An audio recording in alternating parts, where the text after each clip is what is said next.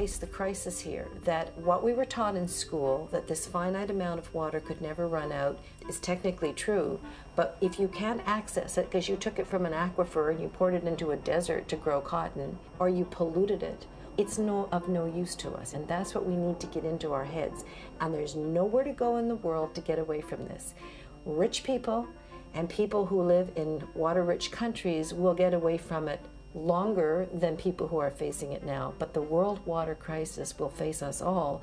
But if there is going to be one single thing that is going to slam us into reality, it is going to be running out of water. We see all sorts of fresh water in our lakes and say, well, you know, what's the problem? We've got lots of fresh water. Once you drain a lake, that's it. There is no more water.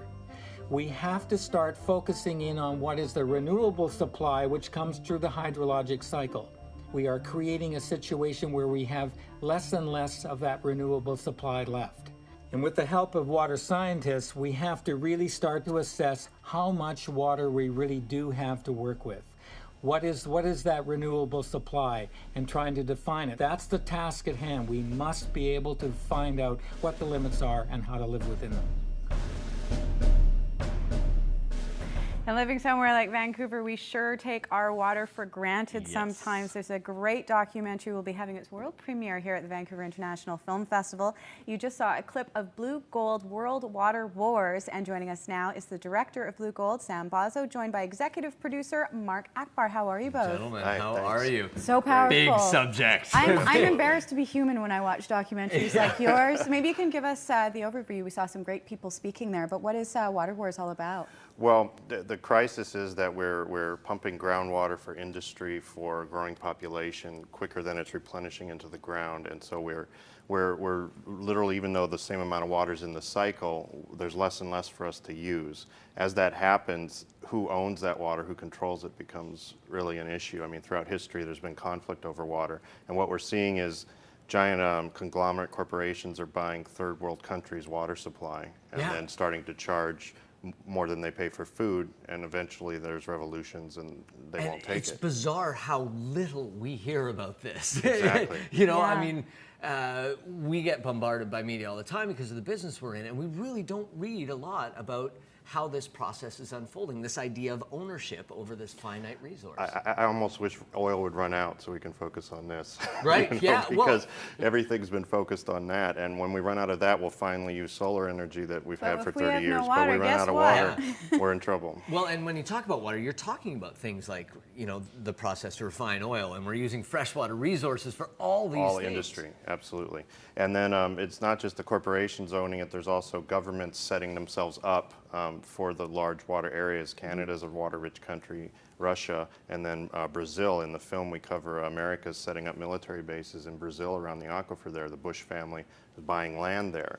For what reason? Jenna Bush has a nice little slice of land. There you go, because you know you need. They must that know something we don't know. Yeah, you need that. Now, you mentioned the corporation, Mark. People might recognize your name as one of the names behind that great documentary. What attracted you to working with Sam? First of all, I have to mention that you guys just met here at the Vancouver International Film Festival in person. True, and we've been working together almost a year on the film in a kind of a virtual space through email and just a few phone calls and an exchange of DVDs. Sam approached me. He wrote to me. He was a fan of the corporation, which has a section about the water wars and the opening shots of the World Water Wars, which happened in Bolivia, is the story that we told.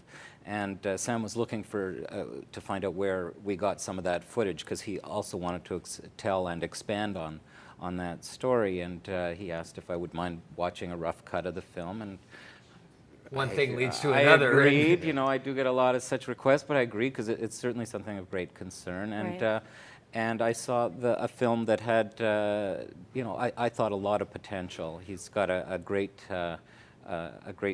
sort of journalistic and storytelling sense, and also a terrific graphic sense, as you saw. Well, and Mark, this is, I think, one of the things that you managed in your role with the corporation is taking something that for a lot of people would be very cerebral and maybe not something Yeah. that they would automatically want to sit down and discuss, and made it really understandable. So is that what you were trying to help Sam with as well, is take a really complicated subject and go, this is what you need to... Well, he was well on the way, and as much as I could, I tried to help him hone it down from, I guess it was around a 2-hour or more cut when we started. It's now a very tight sort of rat-tat-tat kind of 90 minutes. To take this huge subject and that really affects every single person that lives on this earth and condense it into 90 minutes and try and get people to understand the issues. You're kind of saying, well, Mexico doesn't get covered here. You know, Right. you're ignoring a lot of people. Yeah, Mark's first email to me had like 4 pages of notes, and I agreed with all of them, so I knew I had a good partner going there. So it was actually pretty easy once you make the cuts and you see that it's working, that the story's still coming across. What is not easy when one is approaching a documentary is getting money to do so. Now, how was that process for you? I hear you maxed out your credit cards, lost some funding the night before filming, and yet you forged ahead. Tell us a little bit about that.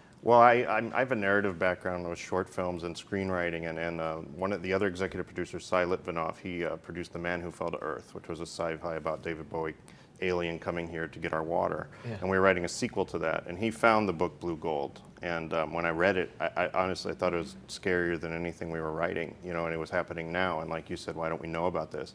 And I'd won a camera from a short film contest from Kevin Spacey. You had won a camera from Kevin Spacey. Yeah, I won a camera from Kevin Spacey. And so I say, I have a camera, I have his book. I called the authors, and they were, you know, excited about Maud it. Barlow in the clip. Yes, She's been on the show Maud before. and Tony Clark will be here for the premiere tomorrow. Yeah. Tony will. And so I said I have to do this, and I did get an investor interested, a friend, and so once I got that promise, I started maxing out credit cards because I had to follow the authors around the world, and I started getting tickets and the rest of the equipment. And yeah, the night before there was a family emergency and pulled out everything. So I thought I was just going to refund everything and get it back.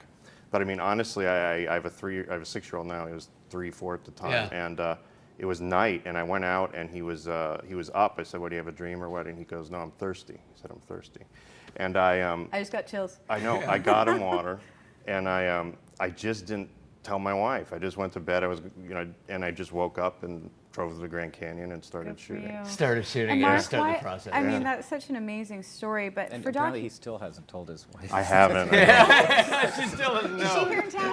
No. She'll never see us in California. I know. But Mark, why documentaries? I mean, what Sam just said is so powerful. Is that what drives you forward to help out people like Sam and give them guidance?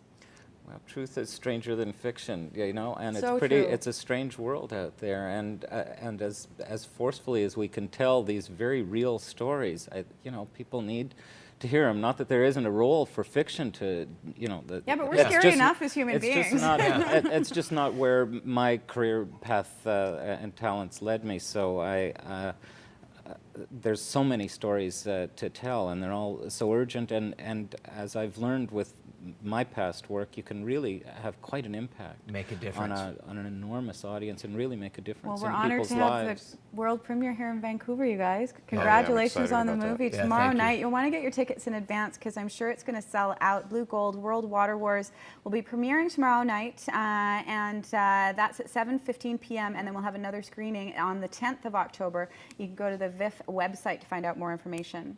Guys, thank you for scaring the hell out of thank me, you. but also telling a great story. By as the way, well. this is mine. There you go.